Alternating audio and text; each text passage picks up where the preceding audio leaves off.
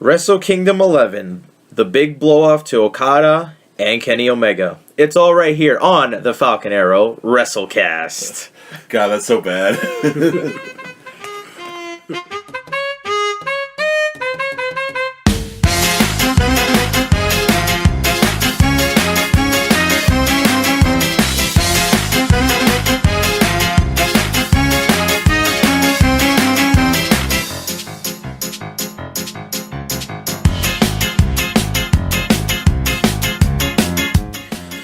Yes, ladies and gentlemen, the three of us have just finished watching Wrestle Kingdom 11, and I don't know what to say, gentlemen. I really don't know what to say.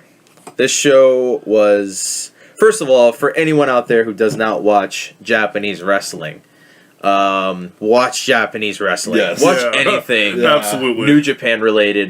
Japanese wrestling is a whole different animal compared to American wrestling. Because the stories told within the ring, there was not a single fucking segment in this entire event. There was no vignettes, no promos, but they had the vignettes. Well, they have the vignettes to set up for the championship. Yeah. For the cha- championship matches, but it's not like there's no backstage horseshit. There's no fucking special guests. There's There's like like Diane Fuentes in here botching her fucking lines. Anything you could imagine that Americanized wrestling is all about, it's completely out the window. This is a sport. No this filler, is real. man. No this filler is whatsoever. real as real can get, Yes. and New Japan takes its wrestling very seriously. So, Seamless transitions between matches. Yeah. what do we all think about the overall event before we get into the nitty gritty of it all? I don't know how any event and any promotion is going to top this show. And we're 5 days, or now 6 days. 6 days into 2017, and we've already seen the best match of the year. Okay. That whole run of the last 4 or 5 matches on that show were Kenny Omega and Okada was, what, 40 minutes? Maybe 35? I think it was a little longer than that. Yeah. Really? I think so. Close to an hour. It was very close to an hour. If Two not an men, close to an hour, and not once. It was long, but it didn't feel long. It didn't. Yeah, it didn't feel long at all. They worked their asses off, and they definitely put in a lot of work. Not once did it drag. No, there was no dragging. New Japan does not fuck around with their wrestling. The wrestling, it happens in the ring, the action's fast, and there's really no bullshit. There's no filler. None of this shit happens, okay? So when you're watching Wrestle Kingdom or watching any sort of Japanese promotion, or any event that New Japan puts on, it's pretty upfront. There's really no filler, like Nick said. But anyways, we will start with... Well, what up? before we get into that, I wanted to... big WWE news. There's, Go on. There's potential big WWE news in the works. First off, Chris Hero debuted on NXT tapings tonight. Look at that. Really? So, Nice. Cassius Ohno is back, and it looks like he's going to be right in the main event scene. And, now, this isn't official yet, but Ring of Honor officials are believing, and this isn't quite the coup that WWE pulled off last year in New Japan, but it's pretty close. Ring of Honor officials believe that Ray Rowe, Kyle O'Reilly, and Adam Cole are all leaving for the WWE. Oh, really? wow. And also, it was rumored that, not rumored, but it was stated that they made a contract offer to Bobby Fish, but he declined it to stay with the company. Really? Yeah. Wow. Probably because he could see some more main event status Maybe. with Kyle gone. Kyle and no Bobby, huh? Yeah. It kind of sucks, but Bobby Was it Fish really- Adam and Kyle? Adam and Kyle, yeah. Wow. Wow. Well, everyone kind of knew that Adam Cole was coming. It wasn't a matter of if, it was a matter of when. I didn't think that they would jump on Kyle O'Reilly so early. And then Ray Rowe's kind of an interesting one, but obviously the major ones are O'Reilly and Adam Cole. So you have to keep an eye on that, man. Yeah. That's heavy. That's big news. That's heavy, man. It sounds big now, but with WWE, you just... You know how it's going to go. Well, hey, if they go to NXT... If they go to NXT, I don't want them going to WWE. Yeah. I don't care for them getting moved up. Maybe, hopefully they'll go to SmackDown. If you told me right now that a lot of the ROH guys are going to NXT to do what they can there with Chris Hero and all of them that are coming in now, and everyone now in NXT gets bumped up, then I could believe that because everyone on the main roster they could bump up the main roster, beef it up a bit, and have NXT relatively new again with some new some new old faces that we all because the Full Sail crowd knows these guys. They don't know I these just hope guys. that they don't Austin Aries this thing, and then you have like Adam Cole feuding with No Way Jose and shit, and they don't really do. It feels with very. them. If at one point it felt very not crowded. Now it feels a little crowded. Yeah. So I don't know. I don't know how they're gonna work this out. We'll see. I know at least with Adam Cole, his contract doesn't expire until the end of April. So it's gonna be a few months, and I'm sure with O'Reilly and Ray Rowe too. So we'll see what happens. But also, like I said, Cash Soto appeared. The Hardys contract is up, and WWE's rumored to be really interested in them. I don't think Matt's not going nowhere. I don't know. Matt's not going anywhere. He's way too. Aren't they doing the ROH thing though? Yeah, but I'm sure that'll be a one-off thing that'll happen before their contracts or before they sign a contract. So I mean, it's not like a TNA thing; they can do it whenever. But I don't know if I talked about this before, but Kurt Angle has been telling indie promotions that he can't be taking any more dates. Yeah, I did hear. So you know what that means. I actually heard that independently that Angle's going to be making. It's about fucking time. Making a return. It's been about 11 years. Yeah, it'd be nice to see him have one more run. But that's the WWE news I wanted to drop. Nice. Well, back to real wrestling. Back to the non-kayfabe wrestling. There was a shitty battle royal at the beginning of this. It's the same one. It's a bunch of old guys. Not very concerned about it at all. Guy. Where the event really did kick off was the Young Bucks. Oddly enough, the Young Bucks are first on the card. Well, no.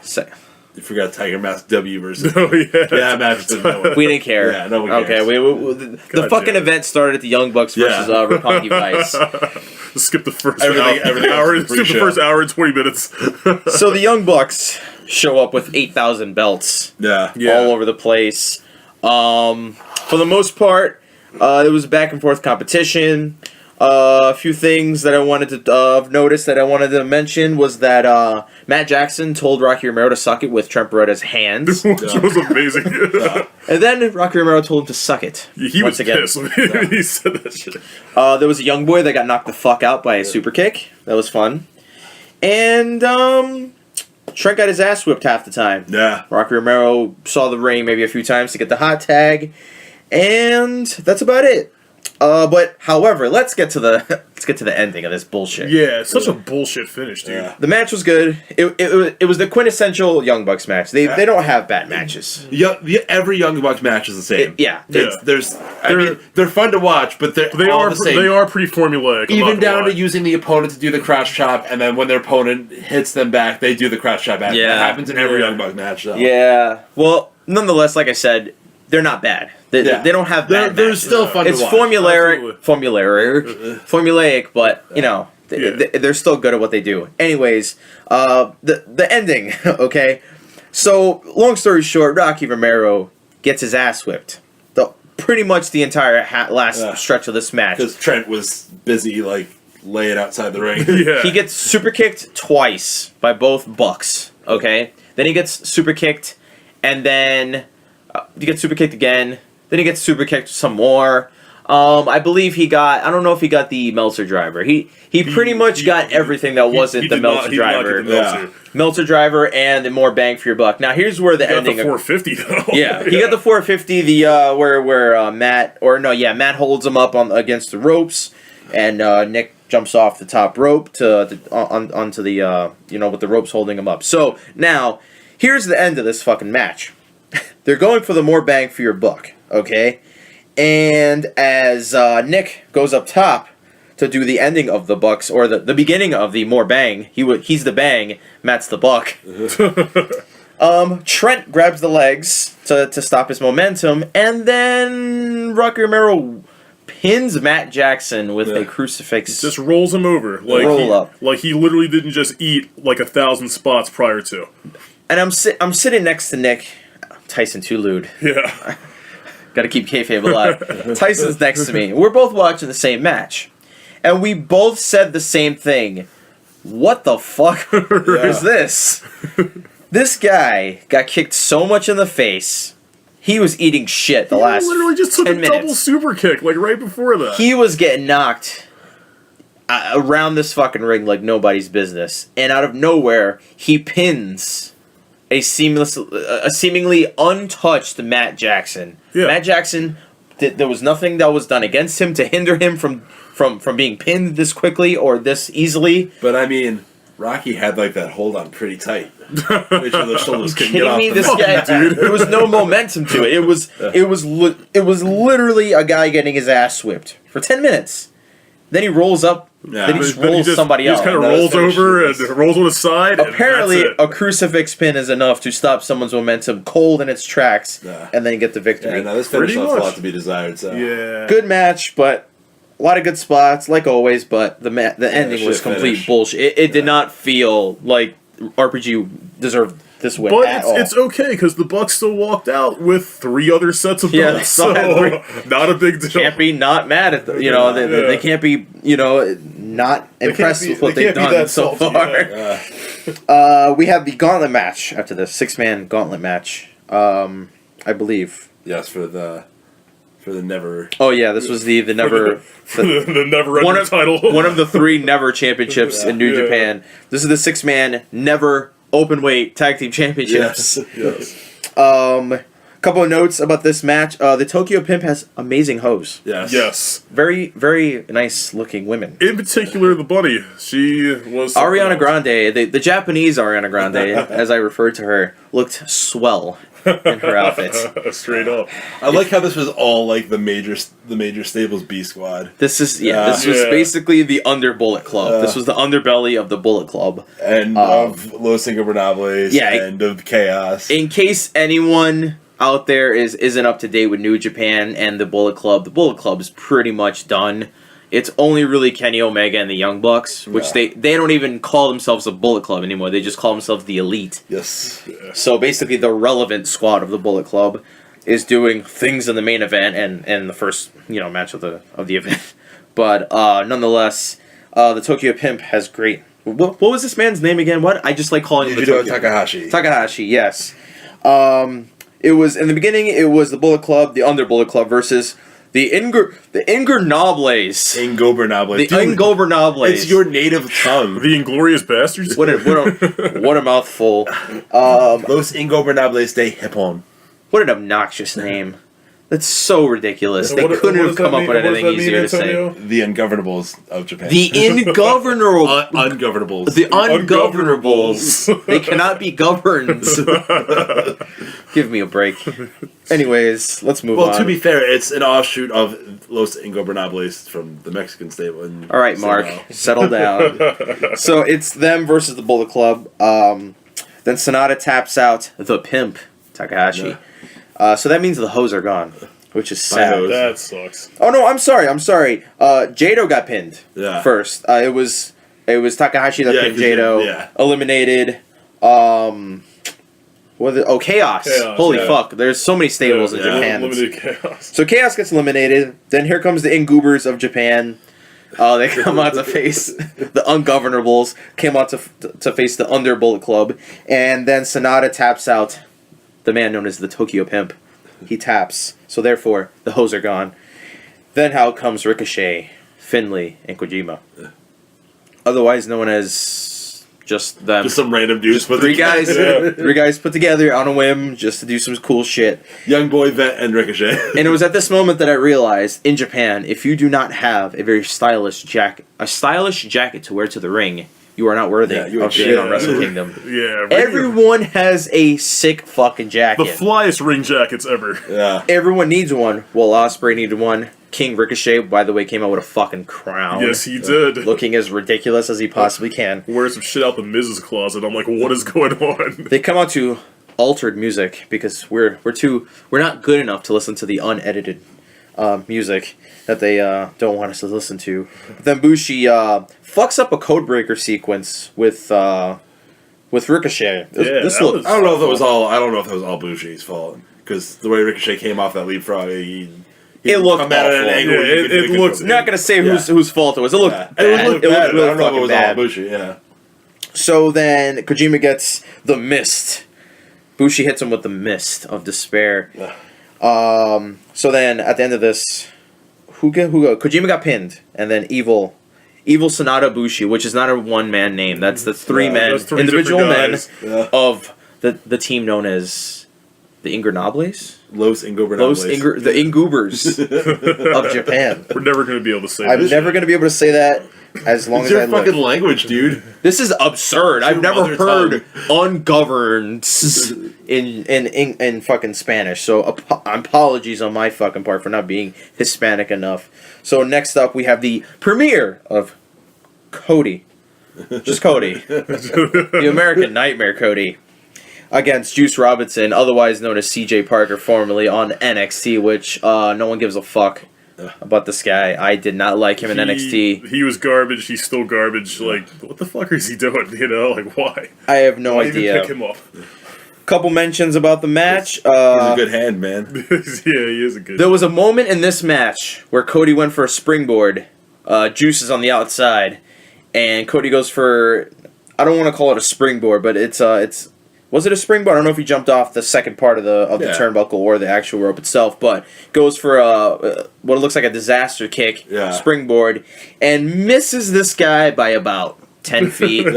Dude totally whiffed. It was ridiculous. Hey man, but he did the leg slap, so you gotta sell the hit. Leg slaps his way through this kick that made not even the toe, not even the air from the foot touched this guy. This was very obvious space. There was a lot of space that Cody missed. There was a lot of intimidating on Cody's part. There was a lot of being an asshole, like he needs to be. He's a part of the Bullet Club. He's an American. He needs to be a cock. That's what he did. So, at the end of this match, the knee was the focus. Juice gets his knee worked over. Cody wins the match with a crossroads. And so Cody then proceeds to do something in the crowd. Okay, there's something going on in the crowd with Cody. He's doing something, but the Japanese cameramen don't have enough logic to they're just show us zoomed out. Kevin Kelly and Steve Corino are talking about, oh my god, look at Cody and look what he's doing in the crowd. Holy shit.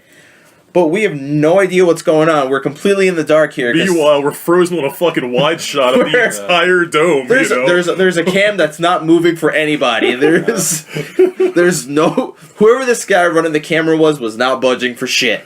He was not about to change this fucking angle for anyone's fucking business. I have no idea. We still don't know what Cody was doing. Apparently, he was doing something in the crowd, and we'll never know. We'll never know until we get the bonus features of Wrestle Kingdom 11 on Blu-ray soon enough. Next up, we have the rematch from Final Battle, which was Kyle O'Reilly versus Adam Cole.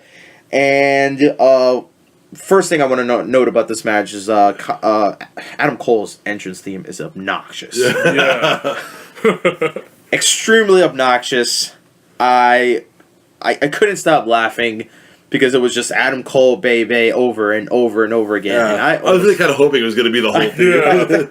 After the fourth time, I was hoping too. Yeah. Just keep If it that up. was this guy's entire real. theme, I would have stopped watching and walked out of the room because that's just absurd and just it's very obnoxious and very annoying. For the most part, the match was all about Kyle O'Reilly's shoulder, his left shoulder, and surprisingly enough, it was a good match. These guys, they always work well together. Yeah. It's never anything wrong about these guys. They don't do anything. With the news I dropped, hopefully they'll be destined to fight forever too. Yeah, in the dub, which the WWE is known to do with guys like Kevin Owens and fucking Samuel Zayn.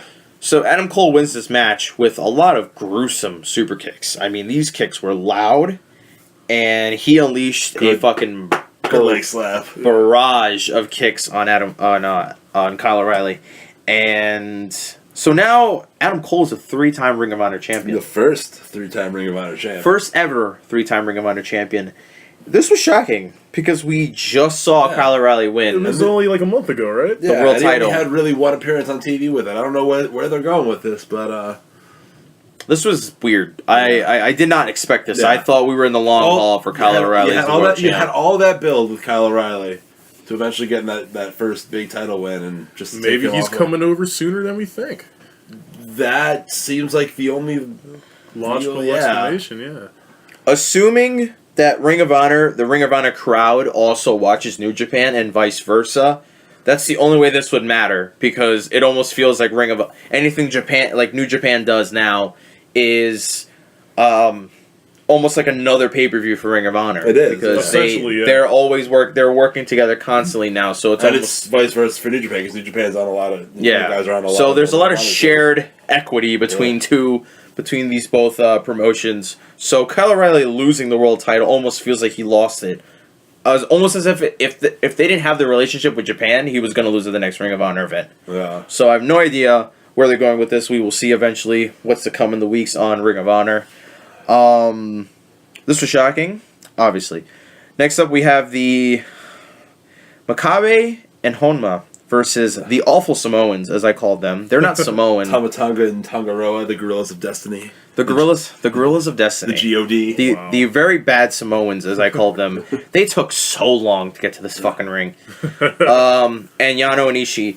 So this was a 3-way tag match for the... Is this the Never Tag Team Challenge? This is the World... This is the heavyweight. Okay, this is the heavyweight tag team championship. This is not the Never championship at all.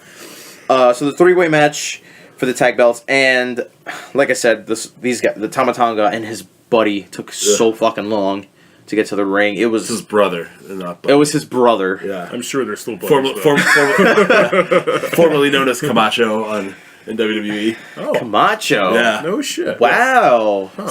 Yeah, which is really funny that the Pacific Islander played a fucking Mexican in WWE. That's strange. Yeah. That's very awkward. This match was so fucking entertaining. Yeah. So entertaining to the point where there was so many F-bombs being dropped. Makabe's the fucking man, because he... And for anyone out there who doesn't know who Makabe is, he used to be a world champion in New Japan. Now he's a little on the older side, but the older men... They stick around. They still, they're still popular. They're still over with the crowd, so it's not like they're not going to work. And if you want some good viewing, check back to 2015 and watch the whole rivalry between Togi Makabe and Tomohiro Ishii for the Never Openweight Championship. Put that belt on the map. Two older gentlemen that And can a still lot of go. great matches. Yeah, two men that can still go, and Makabe is the fucking man because he flips everybody off, and that's his gimmick. And he says fuck a lot. Yep. The actual in-ring work was okay, nothing of note, but the cursing, the amount of swearing was the fact that the Japan crowd is very very quiet, so you can hear a lot of the in-ring talking. So at one point, Camacho, what's his name now? Tangaroa. Okay, this man, he's about to pick up Makabe for a power bomb, and right before he does it, he goes, "Eat shit!" really loudly. You said it to Hanma too right before that. There was a lot of holy shits. There was a lot of what the fuck. There was a lot of fuck you. Yeah. This match was very aggressive, and it was there was a lot of cursing. It was Carino was losing his shit. Steve Carino could not stop laughing. My man had to turn his mic off. He had to turn his mic down because he was losing it on the mic, and Kevin Kelly, thankfully, well, not really thankfully, we didn't really care. We thought it was hilarious. This was one of the most entertaining tag matches I've ever seen in my entire life. But the team of Ishii and Yano walked out with the tag belts, which there was a debate whether they walked in with. Apparently, they were the champions going in. Tamatanga and his brother went in there. They might have won the tag league, and not the championships. They walked in with the statues. I remember that. They might have won the Don't remember them with the belts. Yeah. For some reason, Anthony thought that they walked in with the belts, and that we had a massive discussion about this after it was all said and done with the lineup of who lost and who won. But Yano and Ishii win. Is Ishii in Chaos? Yes. Okay, so Chaos basically walks out. There's a lot of members of Chaos floating around New Japan. It's ridiculous. It's weird. There's Chaos and Bullet Club left and right, and everyone's a part of a stable, and we have no idea. And Gobernables. Yeah, and then there's the Goobers and if Suzuki-gun was still here, they'd be involved. It's quite. Everyone's in a stable, but you just don't know it. Everyone's got backup at some point. Almost everybody is in a stable in New Japan, or you're a young boy. Now we move on to the match of time, as it were. The ticking time bomb: Takahashi versus Kushida, the time splitter, and not too much. Yujiro Takahashi, but Homido. Oh, that's right. Yeah. Also known as Tamagotchi or Kamitachi. Kamitachi. I call him Tamagotchi. Yeah. I will call him Tamagotchi because that feels a lot better than Kamitachi. But he was in Pro Wrestling Guerrilla, right? Yes, I believe he was in the Battle of Los Angeles, Yes. so that's where I recognized him. Yep. But this guy comes back to Japan after an excursion, and he's a completely different guy. Nah. Looks a whole lot different, and he's got a whole new gimmick. And once again, he's got a sweet jacket because Hell yeah. need a sweet jacket. Yep. Kushida comes with his Marty McFly outfit.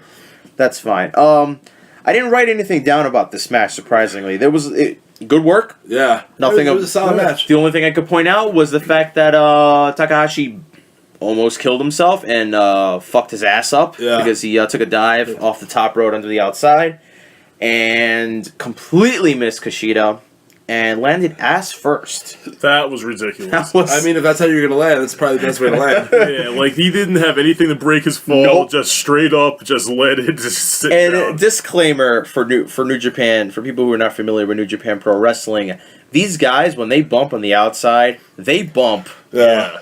There's no bullshit. That fucking armbar off of the apron, that reverse, that was sweet as fuck. Yeah, these guys take very awful falls, and it looks painful. Yeah. And that's part of the reason why it's amazing. It's because it feels like a sport, and they bump like it's a sport. Yeah. Mm-hmm. So this means a lot to them. Takahashi wins the match, and Kushida loses his... what was his belt for? What was this for again? IWGP Junior Heavyweight. The Junior Heavyweight Championship. Yeah. So... now we move on to the Matt Savvy match. Yeah. The match that Anthony was very excited for. Yes. So, would you like to tell a story of this match? This is the Never Open Weight Championship match featuring former tag team partners Katsuyori Shibata, one of the best wrestlers in the entire world at the moment, and Hiroki Goto, the replacement for Shinsuke Nakamura in Chaos. Another Chaos member. Yes. Keeping count out there. This match was pretty good. There was a lot of this was a good strong style match. When we ranked our top matches, I said the tag match with the fucks and the shits was third. The second best match on the card was definitely this one. This was a very mental match. This was a lot. It was a lot of holds. Yeah. There was a lot of mind. There was a lot of physical and mental very stress. stiff, which I mean, you're gonna get that in every Shibata match. Yeah. And I respected the very technical. There was a lot of shoot wrestling. Yeah. There was a lot of focusing on body parts. It wasn't very spot heavy. It was very it was pretty much as technical as you could get. And it was a very big duel between these two men. Shibata basically dominated, but then Goto pulled out the win later on in the match, so Goto finally goes over on his buddy, or his former friend, as it were. I don't know what they are. In Japan, there are no heels and faces. Well, there are. They're just not as defined as they are in It's America. not very... You will not see a heel come out and proclaim that he's a dickhead, or he's not going to cut a heel promo. He's just going to come out... Unless you're Naito. Unless you're Naito. We'll get to Naito. It's not very apparent, yeah. No, it's not very obvious that these guys are bad and good. There's a gray area with hints of shades, but there's nothing very profound. Even if your name is literally evil. Yeah. Like it's, you could be an okay guy. You could just be a tweener or something. Well, no, Evil's part of Los Angeles. They're legit heels. Yes. But, this match was... what was I going to say? I totally forgot what I was going to say. Go on, Jose. All right, well, Anthony drew a brain fart. It is 2:50 in the morning at the moment on a Friday night. But now we move on to the first of the top two matches. Oh, well, before that, I remember what to say. They kept... for anybody who's been a fan of New Japan and maybe seen a lot of the English coverage... You've all known that they've been pushing Goto. They've always been trying to push Goto as the next big thing. And they said that he won the big one this time around. It was the third big one. I mean, yes, this belt has moved up, but he was the IC champion last year. That belt was bigger than this belt. I'm pretty sure he's already if he had the big one, he's had it already. Yeah.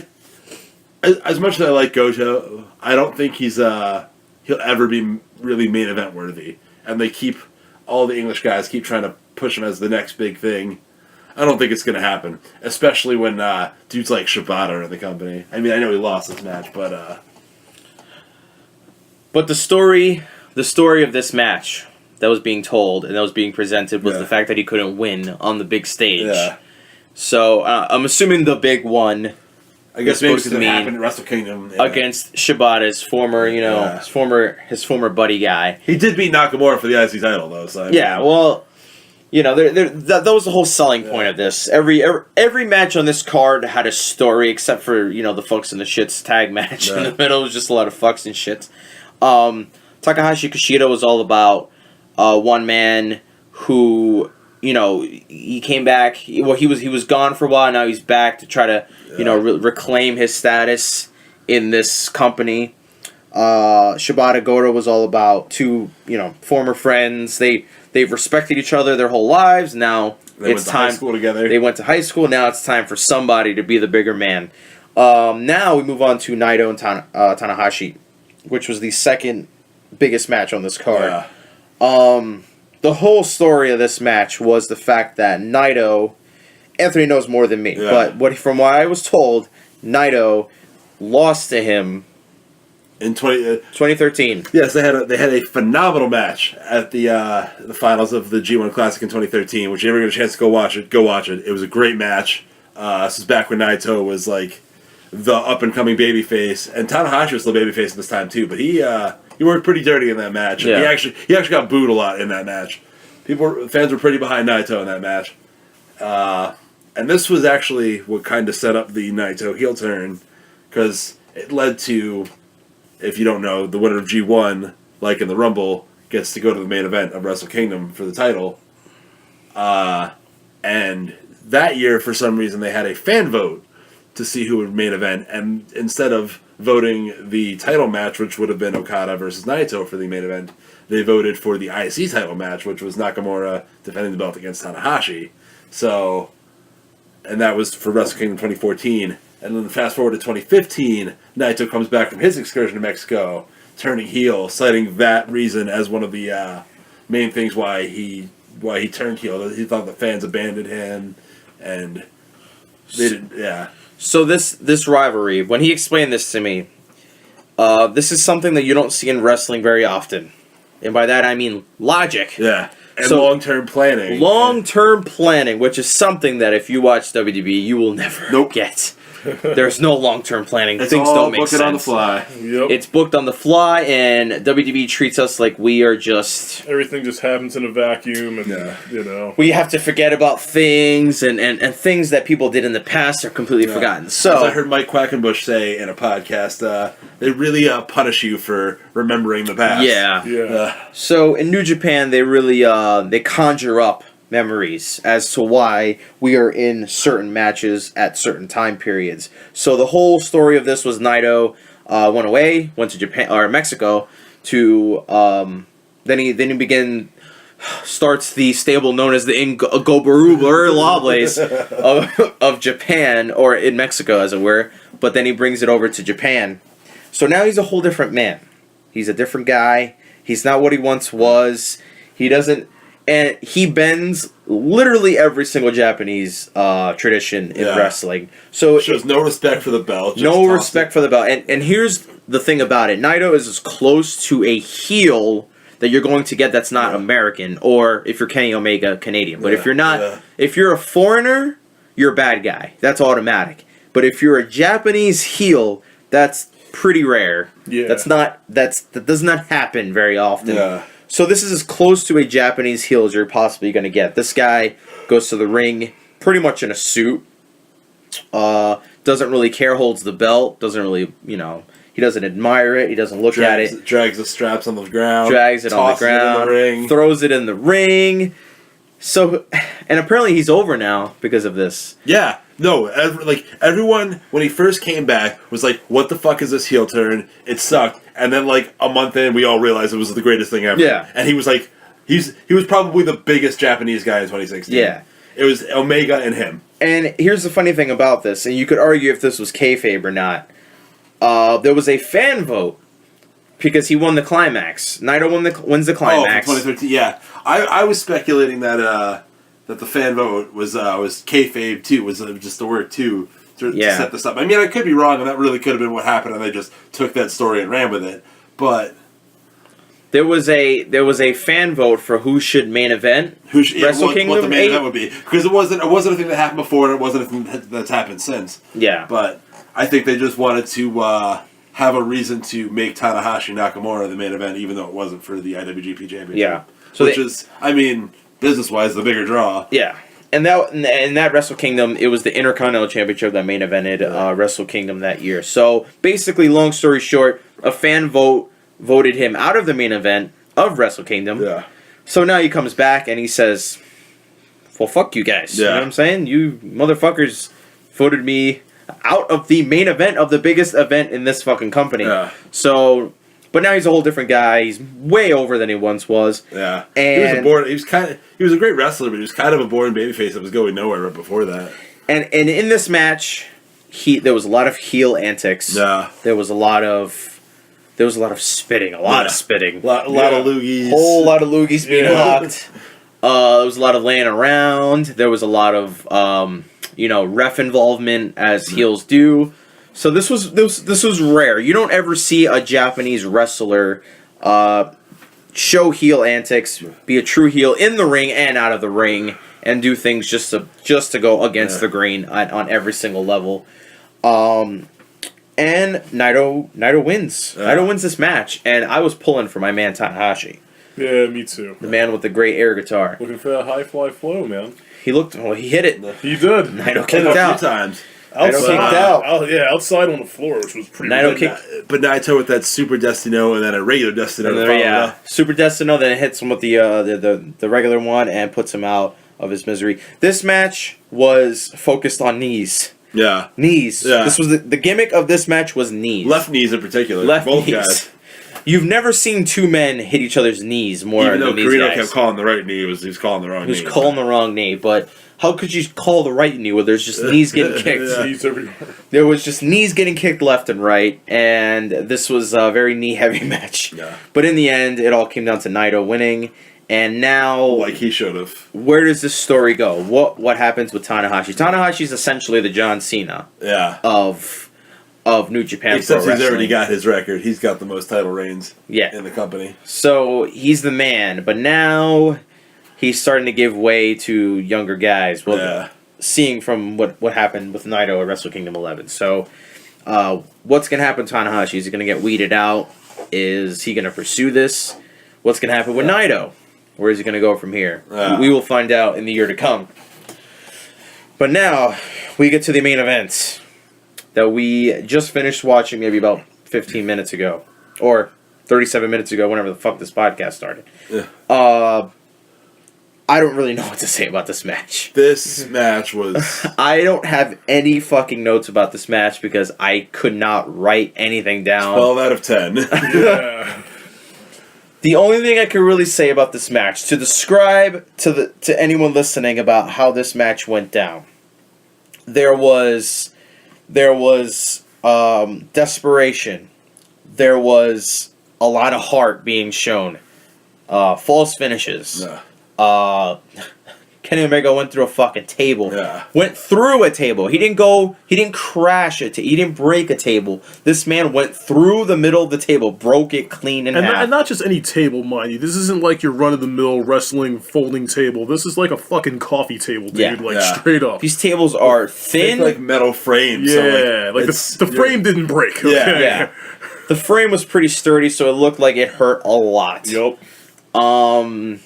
What else could we say about this match that without sounding stupid?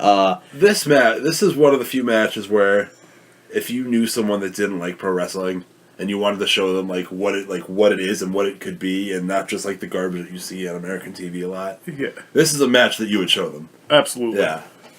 There was this is like we said before in the beginning of the show. We said that New Japan is very story. The story's told within the actual in-ring competition. So, like I just said, the story of all these other matches was culminated at their respective matches. In this one, this entire match was about, can Kenny Omega do it? Okada is the big guy in Japan. He's the hometown dude. Yeah. He's he's That is hometown of Japan. in his hometown of Japan. he speaks the language. He's a homely guy. But Omega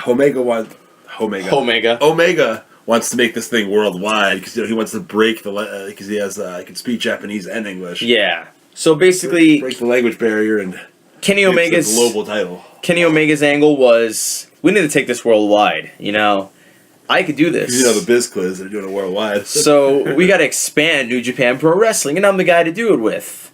And Okada says, not on my watch, sir. This is going to stay domestic. Nope, sir. We're not taking this to those dumb Americans. Nah.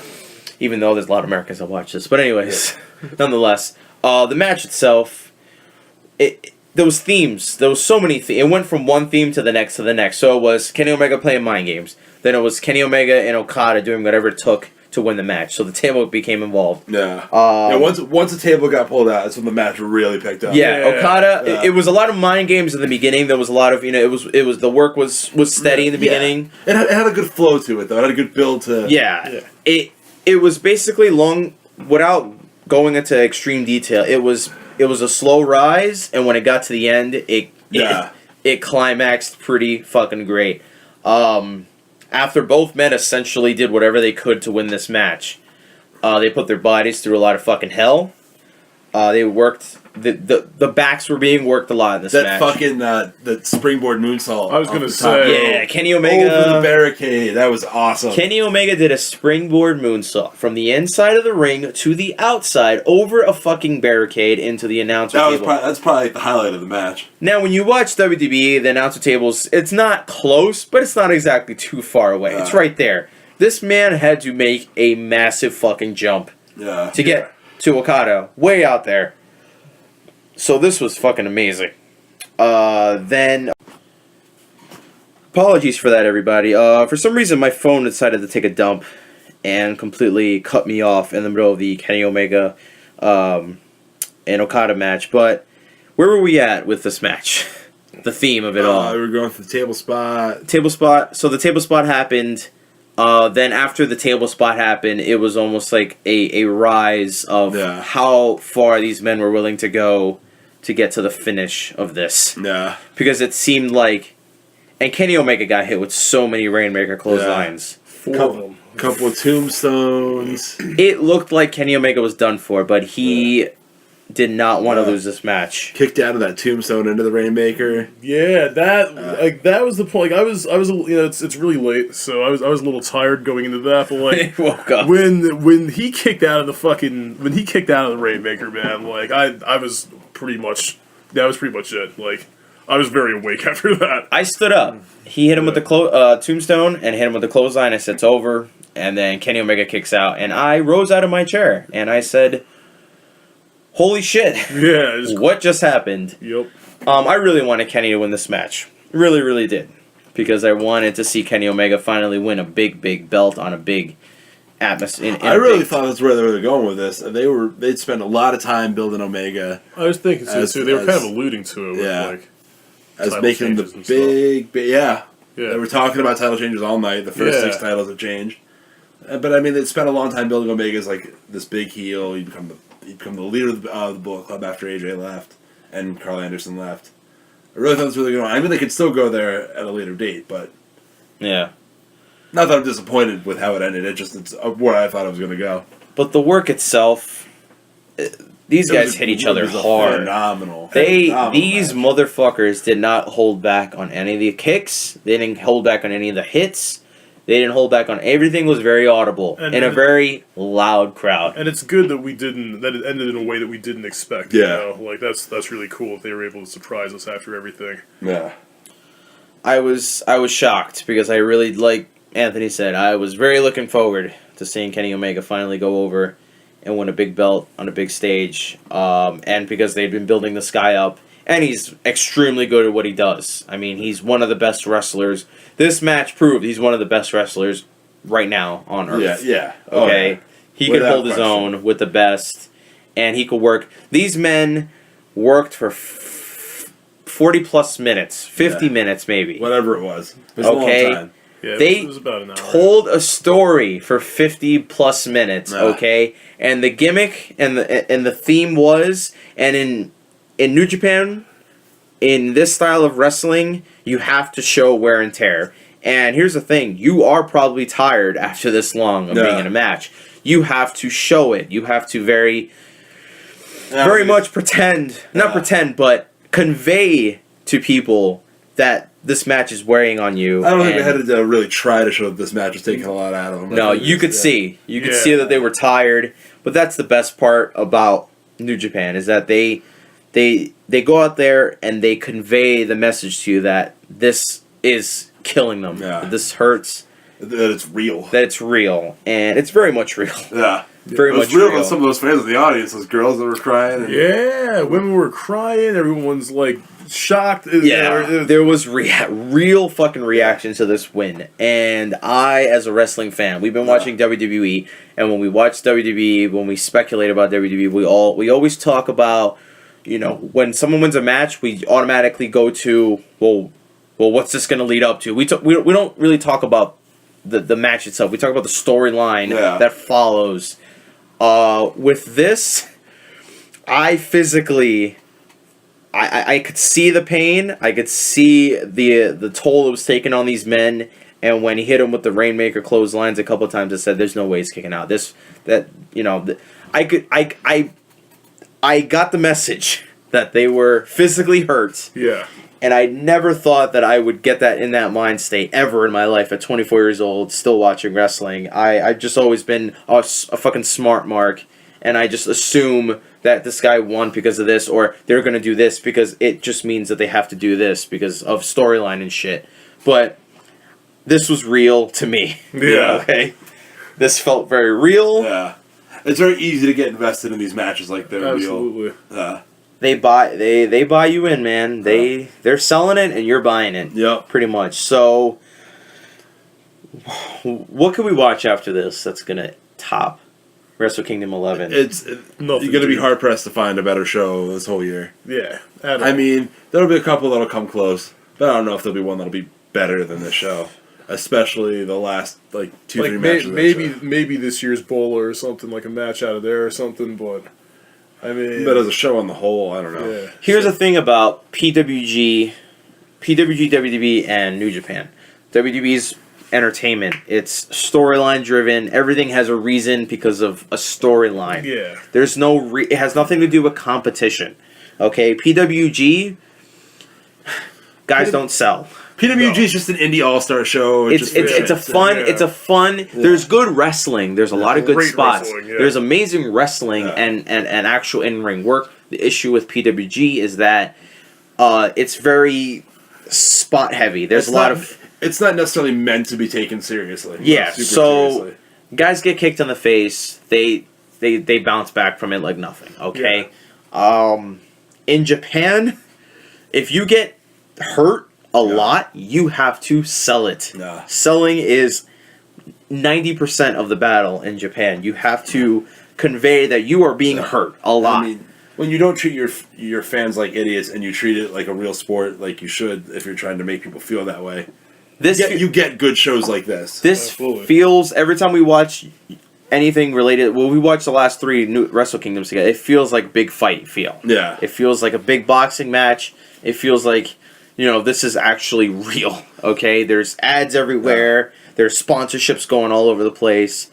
And there's guys with ice packs. Yeah. So this felt real. Wrestle Kingdom 11, if you have not watched this event, watch it, okay? Even if you've never seen Japanese wrestling, and even if you don't watch anything else on the card, watch this match. This match will buy you into Japanese wrestling because it will blur the line between what you see on WWE versus what you see in Japan. Okay, if you just want real wrestling and just the sport, watch Japanese wrestling. WWE is just, it's entertainment. Yeah. It's showbiz. And it sucks what it's become. And it's never been real wrestling. I mean, it's never really been, true wrestling. Yeah. They've never treated it like a sport. So it's always sports entertainment and, but to wrap this up, Wrestle Kingdom 11, 12 out of 10. Yeah, absolutely. Kicked ass. And that is our review, our special bonus edition of the Falcon Arrow WrestleCast, as I like to call it.